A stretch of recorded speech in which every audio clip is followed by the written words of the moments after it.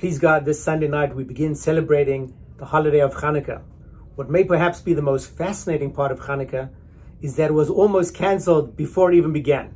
The story is yet simple, yet very powerful.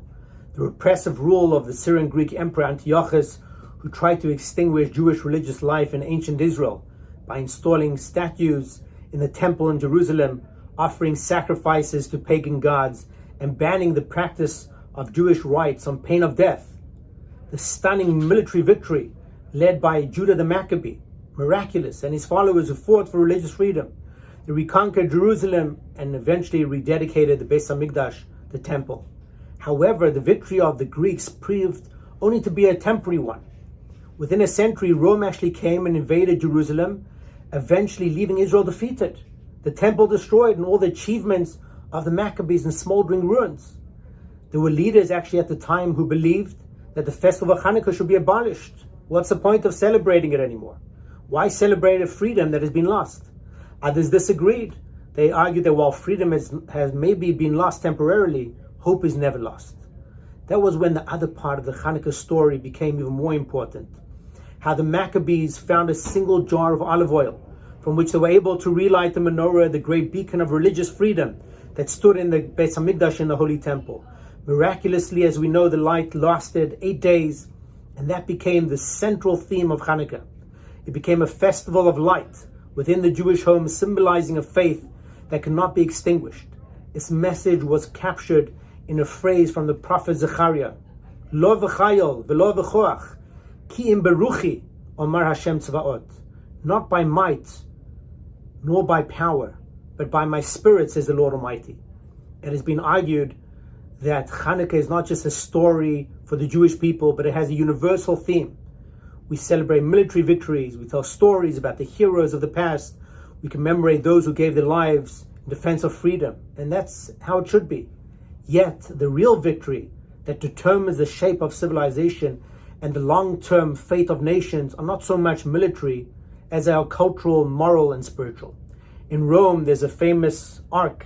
It shows Roman soldiers triumphantly carrying away the spoils of the victory of the Jewish people, most famously a seventh-branched menorah. Rome won that military victory.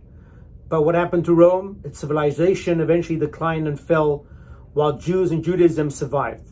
They survived in no small part because of the Hanukkah itself, the simple act of families coming together to light the lights, to tell the stories, to sing the songs, proved more powerful than armies and more potent than big empires.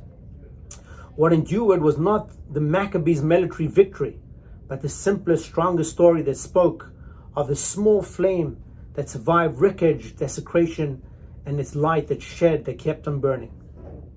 In this godly flame that is in each and every one of us, it helps us to survive the worst of tragedies, allowing us to rebuild shattered lives, broken institutions, and injured nations. That, to me, is the essential Jewish story. Jews survived all the defeats, expulsions, persecutions, pogroms, the centuries of anti-Semitism, even the Holocaust itself, because they never gave up faith that one day they would be free to live as Jews without fear in their own land, wherever they may choose to be.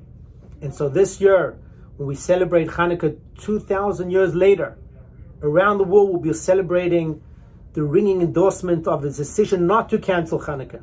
As we light our menorahs this year, we should try and recognize the miracle, the power of the faith, and its most remarkable symbol of the menorah, that its light can never be extinguished.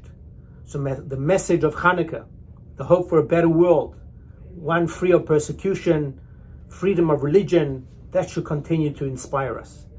And to those who wish America and Israel and the West harm, let them do well remember the immortal words of President Kennedy. Let every nation know that we shall pay any price, bear any burden, meet any hardship, support any friend, oppose any foe to assure the survival and the success of liberty. Let freedom shine. Happy Hanukkah and Shabbat Shalom.